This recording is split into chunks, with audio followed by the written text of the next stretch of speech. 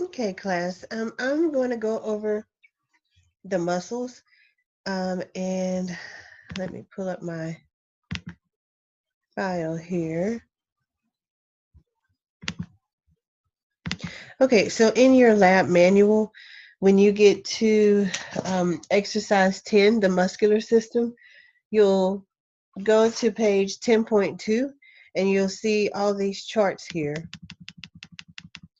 You'll have each table is grouped together uh, by the actions that they have in common. For example, this first table are the muscles of facial expression, and it's just organized that way to help you memorize these muscles and their actions a little bit easier. So when we go through the muscles, I'm going to pick certain ones to bring to your attention. Of course, I'm not going to be able to go through all of them, but a lot of these muscle names will tell you where the muscle is located. For example, say when you see the word zygomaticus, where you know that muscle is located near the zygomatic bone. If you see the word fibularis, that means that that muscle is located close to the fibula. So pay attention to not only just trying to commit these to memories, but use the actual terms to kind of guide you on where these are located. For the exam, you're going to need to identify these muscles that are located in your lab manual on the Muscle Man model. That model is located in the Science Learning Center. That model also shows one side of the body with superficial muscles, and then the other side you'll see muscles that are deeper. Sometimes you have to take the muscle man apart in order for you to see those deep muscles. Okay, so um, first we're going to start, and I'll pick some from the muscles of facial expression. And there's a few I want to bring to your attention. First is the nasalis muscle, which is, if you look at the term, that'll tell you nasal, right? So you know that one's located on the nose. Also, the procerus muscle. So that's the muscle that is used to kind of um, make your nose wrinkle. And then the nasalis muscle is its action is to actually flare the nose and depress the nose. When it comes to the actions of all these muscles on the exam, you'll have to match the action with the muscle. Another two muscles I want to bring to your attention is minor and major zygomaticus. So when you are studying these and the ones that have minor and major, the minor is always superior and the major is always below to help support that minor muscle. So when you get to teres, minor, and major in the shoulder, you'll notice that the minor is superior and the major is inferior. Okay, let's move along to the lateral skull or head.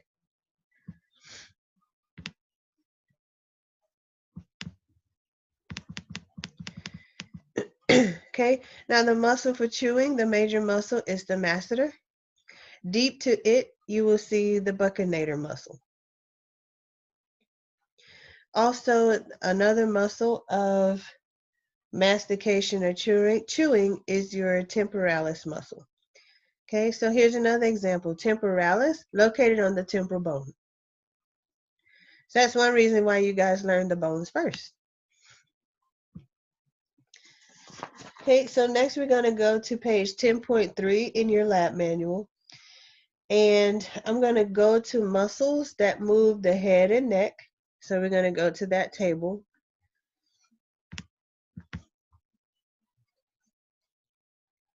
I'm going to scroll down to that picture. There's, let's see, here we go. Whoop.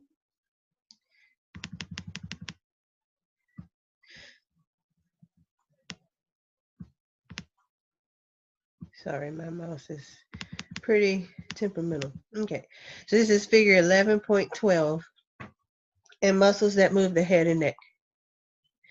So you'll see this big, large muscle here.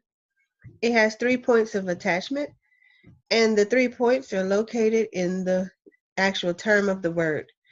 Part of it is connected to the sternum, the other part, the clavicle, and then the mastoid process that we learned in the skull. That's your sternocleidomastoid, or abbreviated, you'll hear it sometimes as SCM. Deep to that, you'll find a bunch of muscles here that's inferior to your occiput. The first one is your splenius capitis muscle. And then inferior to it is your levator scap muscle.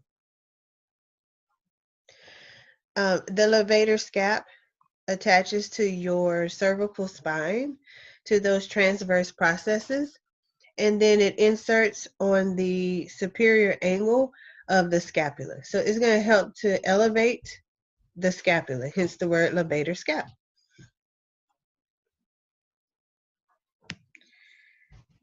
Now let's go to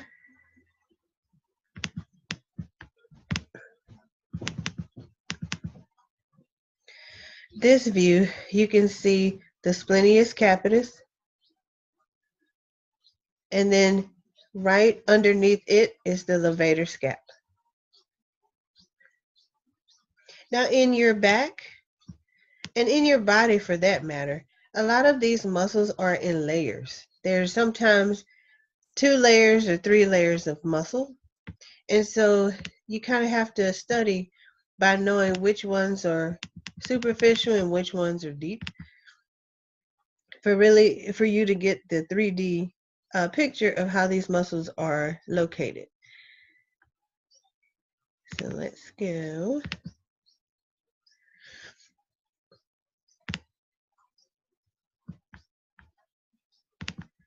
Okay, we're going to go to the muscles of the back.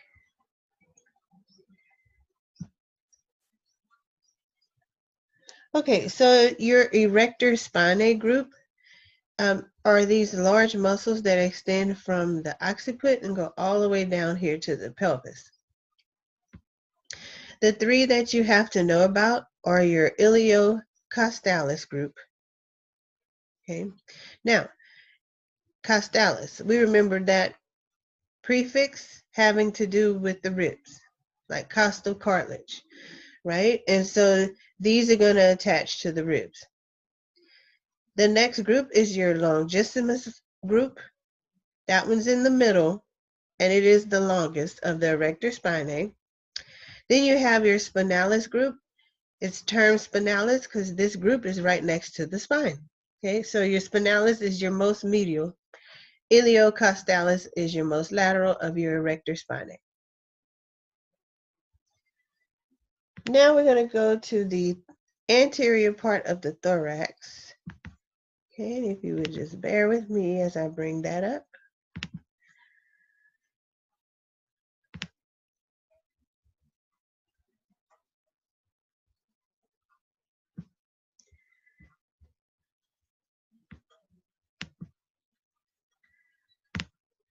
Okay, so this is figure 11.5. So we said earlier that costals have to do with ribs. Okay, so there's 2 groups of muscles that you need to know about. These are very important in respiration. So on page 10.3 in your lab manual, you'll see 3 important muscles that you have to know for respiration. There's a couple more, but in this class, these are the only 3. External intercostals, internal intercostals, and the diaphragm. We know the diaphragm is for breathing, okay? Well, the external intercostals, inter means between, so these external intercostals and internal intercostals are between the ribs. The external intercostals, you'll see the fibers running from lateral to medial. And then the internal intercostals, you see these fibers go from medial to lateral. The internal intercostals are deep to the external intercostals.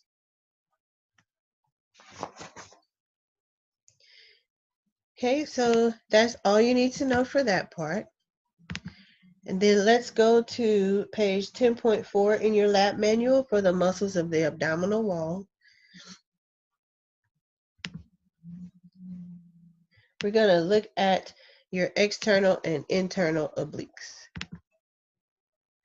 Now keep in mind, I'm not going over all of them, but these are the most common ones that you'll see on the test. Okay, so when we go from superficial to deep,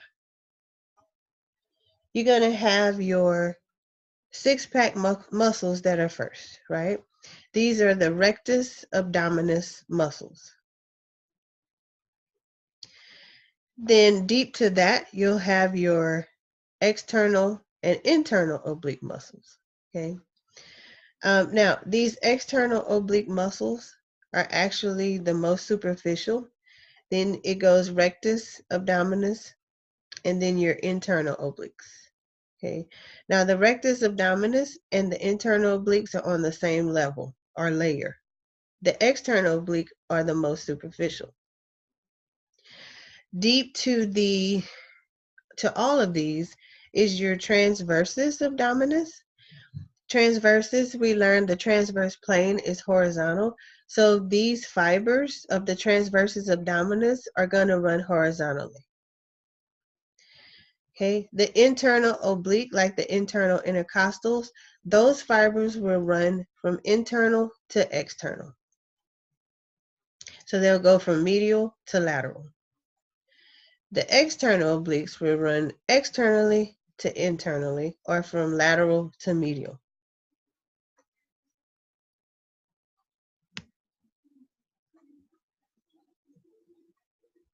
Okay, so next we're going to go to the muscles of the pectoral girdle.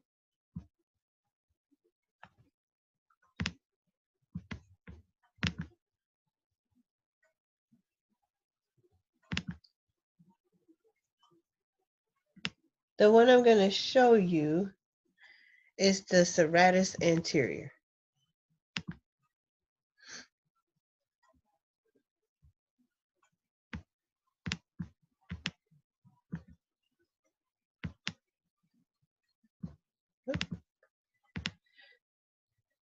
Okay, if I can get my mouse to cooperate.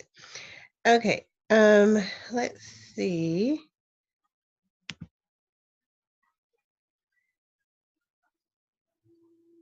Okay, so I'm actually going to kind of combine these because you also have to know your muscles of the shoulder.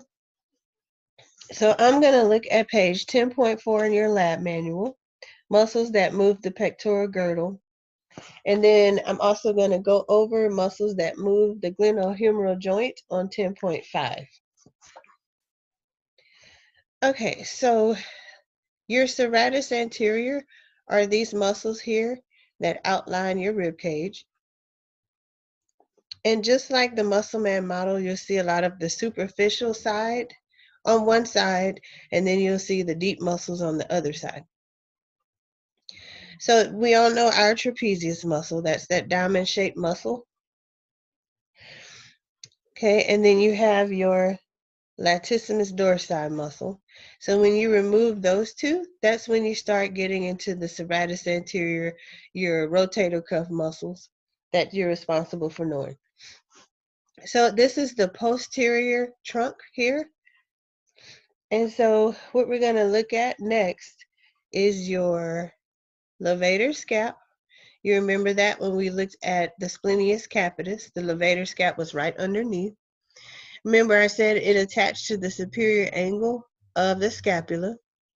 It's responsible for elevating your scapula. Okay, and then the other two muscles you need to know for retracting your scapula is your minor and major rhomboids. Okay, again, minor is superior, major is inferior. So this is your rhomboid minor and your rhomboid major. Okay, so now we're going to go to the rotator cuff muscles. The mnemonic for the rotator cuff muscles, or the abbreviation, is your sits muscles, S-I-T-S. So you have your supraspinatus, your infraspinatus. Okay, now remember when we learned the scapula, we talked about the suprascapular fossa supraspinous fossa, and the infraspinous fossa because of the spine of the scapula. Well, same thing with the muscle. You have supraspinatus and infraspinatus. And here we go again with the minor and major. So we have teres minor and teres major. Now the final S in the sits for rotator cuff is your subscapular muscle, but you don't have to know it for this class.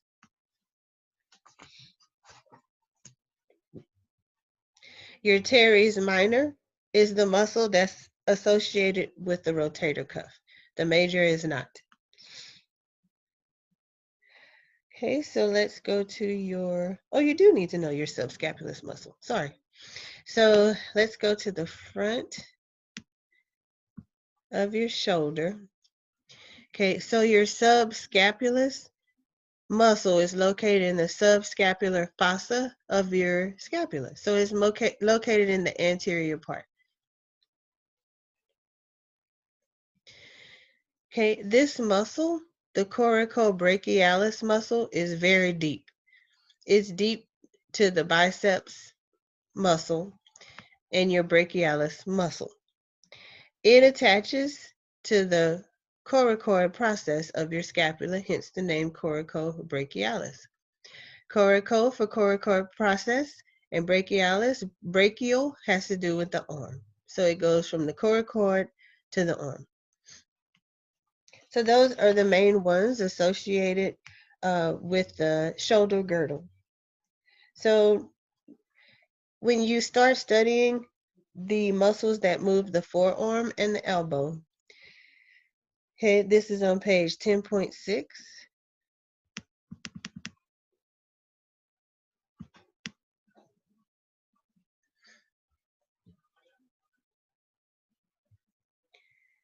And all these tables that are located in your book have the actions, and that's what you're going to have to match on your exam. So let's scroll. Okay. So one thing I want you to note is the biceps brachii, which is right here. What they did was took it apart so you can see that there's a long head and a short head. The long head is more lateral and the short head is more medial. This short head is going to also attach to the coracoid process, just like the coracobrachialis. The long head is going to attach to the supraglenoid tubercle of the cavity, the glenoid cavity of the shoulder. So this long head tendon is going to attach deep to the joint. So just make sure you know there's a long head and a short head. The next muscle, the anconeus muscle, let's scroll down here.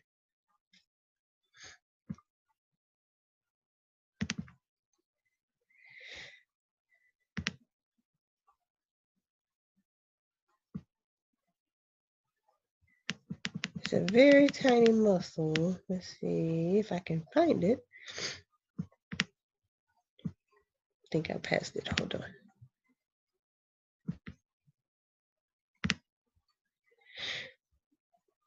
So now I'm on 10.6 in your lab manual. There it is. Okay, so this is the posterior view of your forearm. It's this tiny, tiny muscle right here. So this is figure 11.29 in the posterior forearm muscles. So some people were having trouble finding that muscle. That's where it's located, okay? Kind of in the back of the elbow. Okay, let's move to 10.7. These are muscles that move the wrist, hand, and fingers. Now, when we talk about, and I'll go to your lab manual.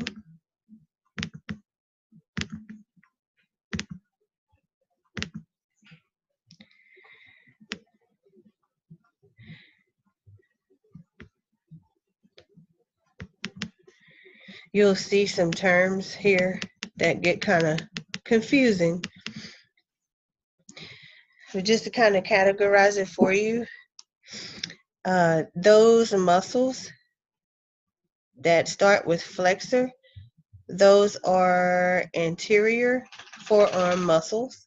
They're going to flex the wrist and the hand. When you see extensor, those are located on the posterior part of the forearm, and those are going to extend the wrist and the hand. When you see carpi, those are the muscles that are going to affect the wrist. Okay. When you see radial, radialis, ulnaris, the word tells you where the muscle is located.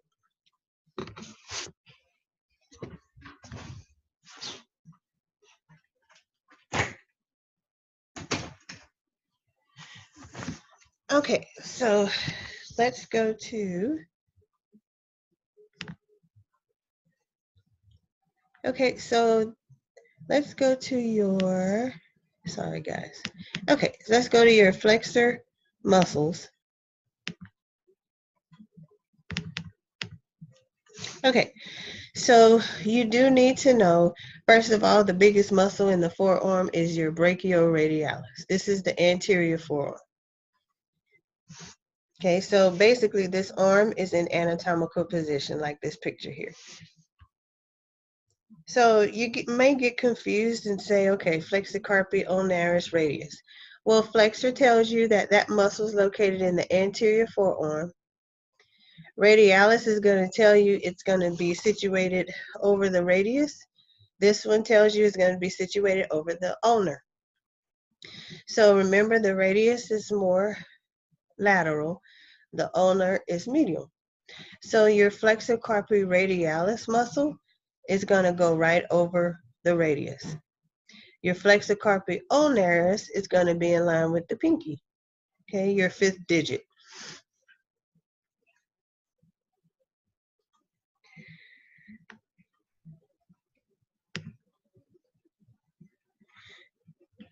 Okay, so let's see. You need to know the flexor digitorum superficialis. So underneath those three muscles we just went over, you have your next layer of muscles. This is your flexor digitorum superficialis. If you look, those tendons go to all the digits except for the thumb. There's a muscle that is responsible for flexing the thumb. It's all by itself. So another name for thumb is pollex or pollicis. So you have that tendon that goes to the thumb, and then you have the flexor digitorum that goes to all the digits. Hence the name flexor digitorum superficialis. Now you don't need to know the term flexor digitorum profundus. Basically underneath this muscle, you'll have the flexor digitorum profundus. So you have two muscles in general that flex the digits 2, 3, 4, and 5, but the only one you're responsible for is the flexor digitorum superficialis. You do not need to know profundus. Underneath these two flexor muscles, you have a muscle that runs, these fibers run horizontally. That is your pronator quadratus.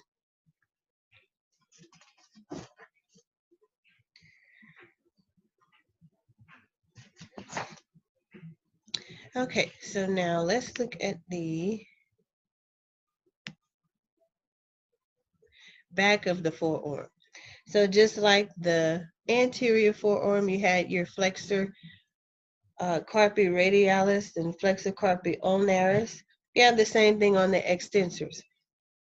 The only difference is there's an extensor carpi radialis longus and an extensor carpi radialis brevis. Unlike on the front of the forearm, you had the flexor carpi radialis. You did not have a longus or brevis. That's the difference. So your extensor carpi radialis longus. Okay, now let me orient you. This picture is showing the arm being turned not in anatomical position, but is internally rotated. So find the thumb and that'll tell you that the radius is here. Find the pinky or fifth digit, and that the ulnar is here.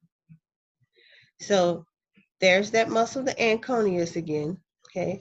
So extensor carpi ulnaris, okay, is here with the pinky.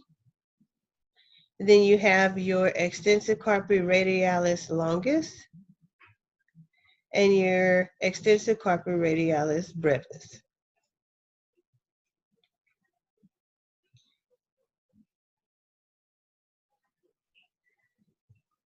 Okay, now you have your extensor digitorum that goes to all the digits.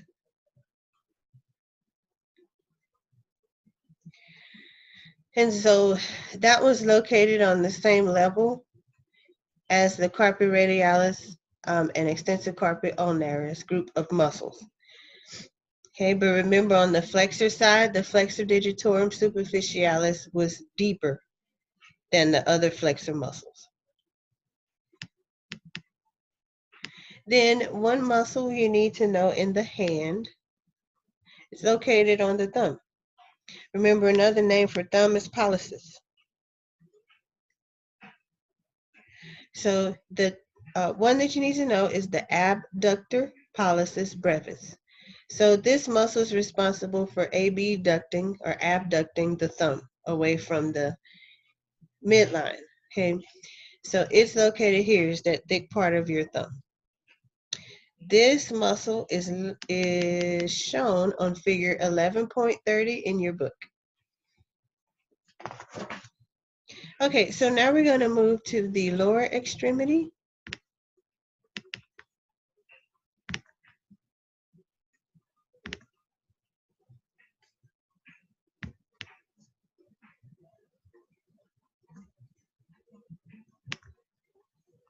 And this will be on page 10.8 in your lab manual.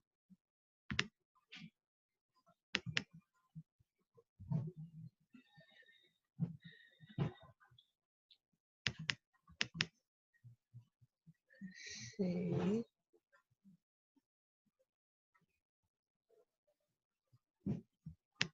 Okay. So I'm going to go to, this is figure 11.32, muscles of the anterior thigh. Okay. So first of all, you have muscles that move the hip joint and the thigh. So there's two muscles that come together to make what's called your iliopsoas. Okay. We learned when we talked about bones that there are three parts to the os coxa, and the ilium was one of them, right? It's the winged part of the os coxa. So that's how you get the term iliacus. It's this muscle here. Then you have your psoas major muscle. When those two come together, it makes your iliopsoas.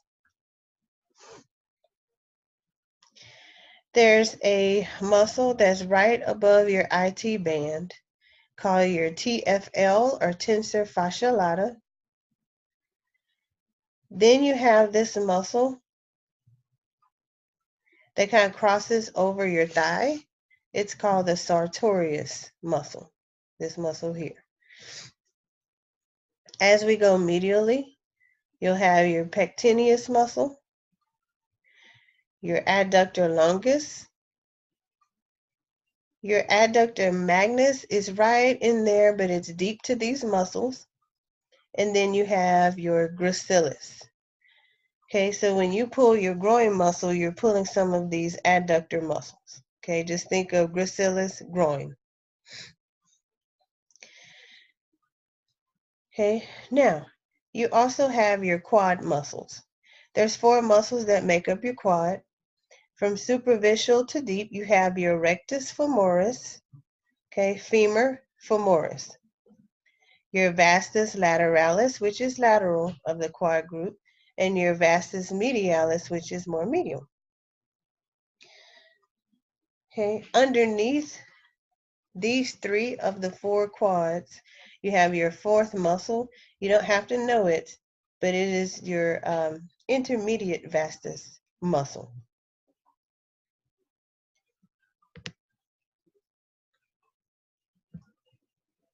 Or vastus intermedius. Okay, so let's go. Sorry, my computer keeps jumping. Okay, let's go to the posterior thigh. So remember, the gracilis is medial. This is your right leg. The gracilis is medial, is associated with the groin. Here's the adductor magnus that was deep to those adductor muscles we just went over. Okay. And so now we have our hamstring group. So there's a couple of muscles that make up your hamstring. Your biceps femoris muscle. You have your semitendinosus, and then your semimembranosus. So when you see semimembranosus, the M, remember that means that that muscle is the most medial of the hamstring group. That's this muscle here. The semitendinosus has the longest tendon. That white part is the tendon. That's your semitendinosus. Then you have your biceps femoris. Out of the hamstring muscles, your biceps femoris is a standalone muscle. Your tendinosus and membranosus actually are two muscles that belong together. Okay, so now we're getting towards the end. We're going to go to the leg.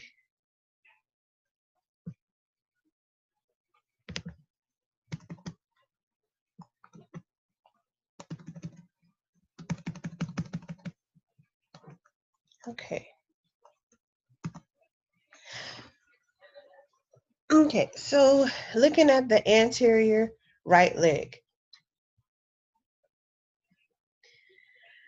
So the muscle that is located and associated with the tibia, okay, is your tibialis anterior muscle.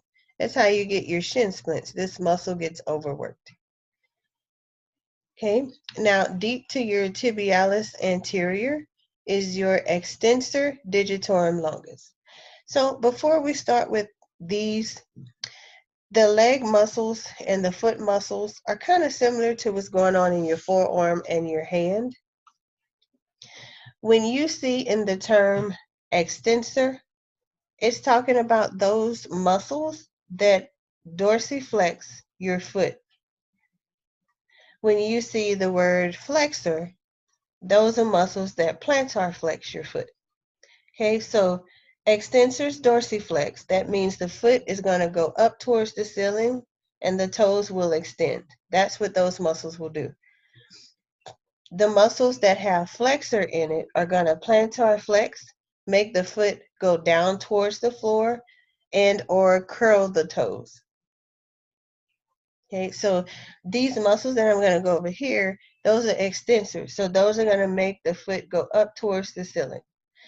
Those muscles will be found on the top part of the foot or the anterior part of the leg. So your extensor digitorum longus is going to extend your digits towards the ceiling. We learned in the hand that pollicis is associated with the thumb, but in the foot, hallucis is associated with the big toe. So then you have your extensor hallucis longus. And so if you follow those tendons, just like in the hand, you'll see the extensor digitorum longus.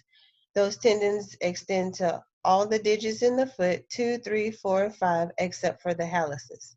You have a separate muscle on its own that extends the big toe. So let's go to the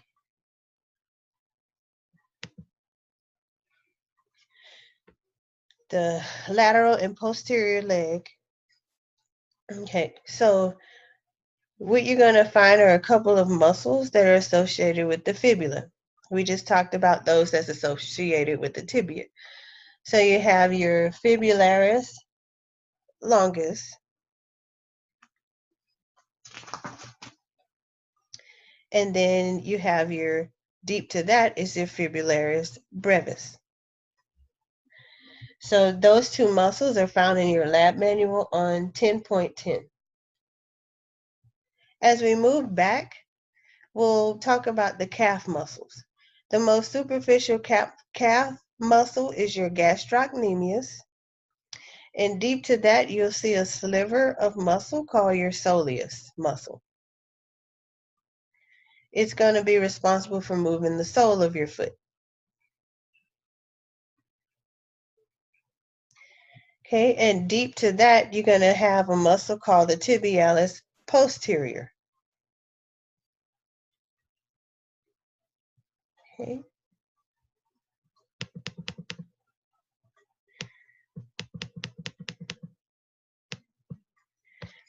Okay, so this is the back of the leg. Okay, so earlier we talked about tibialis anterior,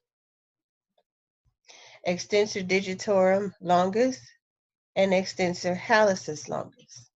Okay, but now since we're talking about the back of the leg, we're talking about those things that are going to plantar flex the foot or bring the foot down towards the floor. So you have your tibialis posterior, your flexor digitorum longus, where all those tendons will go to digits 2 through 5. And then your flexor hallucis longus, that will go to the big toe. So just looking and learning the terms and just looking at the terms, they kind of tell you where they're located. So that makes it a little bit easier for you to memorize it versus getting confused with all the terminology. So that in general are the muscles that you're responsible for. Make sure you go back to your lab manual, learn your actions. Again, these will be matching on your test. Okay, you're responsible for all the muscles that are located in your lab manual. Okay, and only those. Make sure you also review the Muscle Man model that is located in the Science Learning Center. And the Science Learning Center also has hours during the weekend as well. So take advantage of those. If you have any questions, go ahead and shoot me an email and I'll be happy to answer those for you. Thank you.